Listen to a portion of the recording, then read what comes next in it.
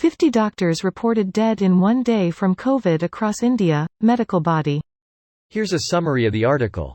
Anas Mujahid, 26, a junior resident doctor at Delhi's Guru Tegh Bahadur Hospital, a dedicated COVID specialty, died within hours of testing positive due to COVID. He is the youngest of 244 doctors who have lost their lives to COVID this year in India's second wave. A total of nearly 1,000 doctors across India have lost their lives due to COVID so far. According to the Indian Medical Association, 244 doctors have lost their lives due to COVID in the second wave. Dr. Jayesh Lele, the General Secretary of IMA, told NDTV, "It is very unfortunate that we lost 50 doctors yesterday across India and 244 in the second wave since the first week of April. The IMA," he said, "has found that many doctors have not taken the vaccine and the organization will do everything it can to ensure that all doctors who are on the frontline take the jab."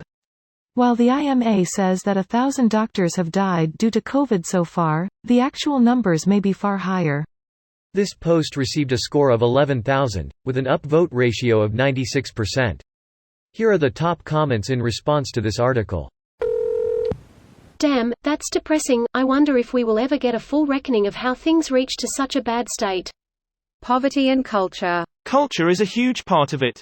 In Vancouver, any city in the region with a heavy Indian population is considered a hotspot.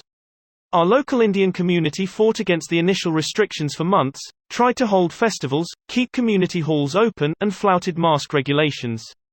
Eventually that came back to roost due to large family groups living in single houses. Yup, same thing in Peel region just outside Toronto with a large Indian population. One thing I'll say about Peel is that it's not totally having to do with the culture of the population, but the kind of work they do. Most of it has been purely blue-collar labor work that doesn't provide paid sick days. We just so happen to be in an area with a ton of warehouses as well. Combine that with the fact that most Indian families live together and you're basically cooking with gas. Those Amazon facilities that were allowed to remain open despite driving nearly half our cases at one point weren't helping either. Yeah, it's the same for Surrey which the other guy is referencing. Lots of blue-collar workers, warehouse-type jobs, high population density, large family units living together. It's not as simple as saying it's culture. Lots of things stacked against many in the area. Are the doctors not vaccinated? A friend of mine posted today that she is moving to India for a couple of months. All I could think is, now really is not the time, Heather. I don't even know if she's vaccinated. Situation isn't good here at all. Please do something to stop her from coming here. This is horrible. Hopefully the vaccine supply chain progresses and helps out the Indians. Wait, 244 in the wave, 50 in a day. Are we just catching up to some latent counting? Something's not adding up otherwise. India can't keep up with the death count. Always assume there are way more than the official count. Greater than. While the IMA says that 1,000 doctors have died due to COVID so far, the actual numbers may be far higher. The IMA only keeps a record of its nearly 3.5 lakh members. India, however, has more than 12 lakh doctors.